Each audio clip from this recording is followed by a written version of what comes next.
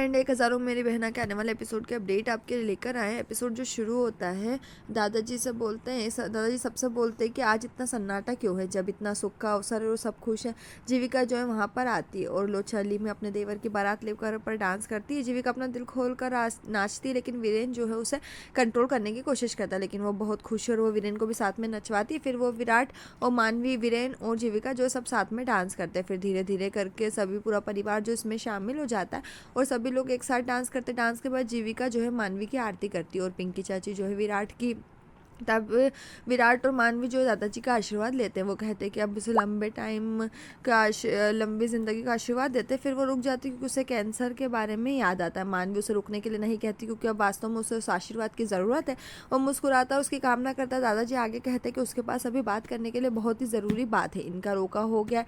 वो बीजी से कहता है कि मानवी के चंडीगढ़ छोड़ने की रात जो कुछ भी हुआ वो गलत था। वो मानवी के सामने हाथ जोड़ता है, लेकिन मानवी उसे आंसू भरी आंखों से शर्मिंदा नहीं करने के लिए कहती है। और इतने में डब्बू बीच में आता है। दादाजी से कहता है कि वो जानता है कि वो दहेज की रस्म के खिलाफ है, लेकिन इस बार उन्हें चौधरी से कुछ ना कुछ लेना होगा। दादाजी बोलते हैं कि वो सब क्या चाहते हैं। डब्बू गर्व से खुद कहता है। सब लोग हंसने लगते हैं, लेकिन स्वामिनी जो है अपनी आंखें बंद कर लेती। दादाजी जो है उनका भाषण जारी, उनका कहना है उन्होंने पंडित से बात कर ली और सगाई 2 दिन बाद है। बीजी टेंशन में हो जाती है और कहती कि हमारे पास तैयारी के लिए टाइम नहीं है, लेकिन दादाजी उसे टेंशन नहीं करने के लिए कहते क्योंकि वो सब कुछ टाइम पर कर लेंगे।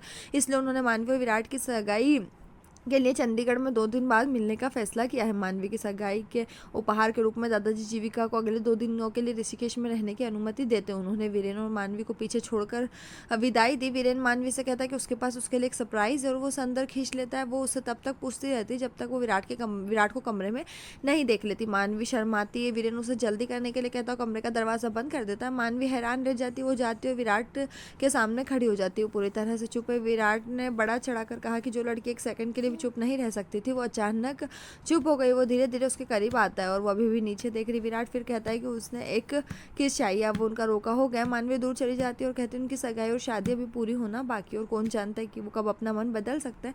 मैं विराट ने जवाब दिया कि उसे ऐसा करने का मौका कभी नहीं देंगे। फिर वो एक बार फिर करीब आता है और आंखें बंद करके अंदर आ जाता है।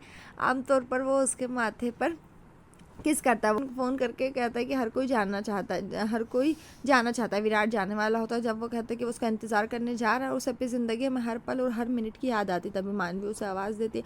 वो उसके पास दौड़ती है, उसके गाल पर किस करती है और कहती है कि आई लव यू और भाग जाती है। मानवी की प्रतिक्रिया से विराट बहुत खुश है। वो चला जाता है, लेकिन पीछे मुड़कर देखता है और मानवी को उसकी ओर देखता हुआ पाता है। दोनों एक दूसरे की तरफ देखते। बाद में ऋषिकेश में हर कोई सगाई के बारे में बात कर रहा हूँ। मानवी अब कैसे शादी करे। डब्बू का कहना है कि मानवी के चले जाने के बाद कोई भी उसे चिढ़ाने और उसके साथ खिलवाड़ करने वाला नहीं होगा। कौन मेरा डब्बा बजाएगा। दुखद धुन शुरू होती है। मानवी की विदाई पर सब भावुक हो जाते। पिंकी चाची अपना नाटक शुरू करती है और जीविका की विदाई को याद करती है। डब्बू पुष्पा को लोल के कर हंसाने की कोशिश करता है। सब लोग हंसने लगते हैं। चंडीगढ़ में अगले दिन सभी सगाई की तैयारियों में लगे हैं। वंशिका सफ़ेद फूल लिली मंगवाती क्योंकि जाहिर तौर पर उसके होने वाली बहू को वो पसंद है। समारोह को लेकर हर कोई उत्साहित है। स्वामिनी के अलावा जो सोफे पर हर चीज़ से अलग थलग है। विराट रिंग के बारे में एक फ़ोन कर रहा है। वो उसे नोटिस करता है। वो आगे आता है और उसे रिक्वेस्ट करता है कि प्लीज़ वो समझे कि मानवी है वो जिसे कभी प्यार कर सकता है और उसे जल्दी एहसास होगा कि परिवार ने जो डिसीजन लिया है वो सही है। स्वामिनी बीच में आती है और कहती है कि उसे गलत साबित करना है। वो आगे कहती है कि उसे मानवी की पत्नी होने पर कोई आपत्ति नहीं है। वो मानवी को उतना ही पसंद करती है। वो सिर्फ मानवी के कैंसर से परेशान है। क्या वो सोच सकता है कि वो अपनी ज़िंदगी कैसे जिएगा जब एक दिन अचानक मानवी उसे ज़िंदगी में हमेशा के लिए छोड़कर चली जाएगी। और बोले हमने अपनी भाभी को 25 साल ऐसे ही देखा है। विराट शॉक्ड रह जाता है। स्वामिनी कहती है उसने वंशिका को ऐसी ज़िंदगी जीते देखता है। मेरा भरोसा करो ये आसान नहीं है। अभी वो नहीं देख रहे जो वो देख सकते। विराट उसे फ्यूचर के बारे में टेंशन नहीं करने और मानवी के लिए एक अच्छी सगाई की अंगूठी ढूंढने के लिए उसे अपने साथ बाजार आने के लिए कहता है और कहता है वो नीचे उसका इंतजार कर रहा है। स्वामिनी वहीं सोचती रह जाती है।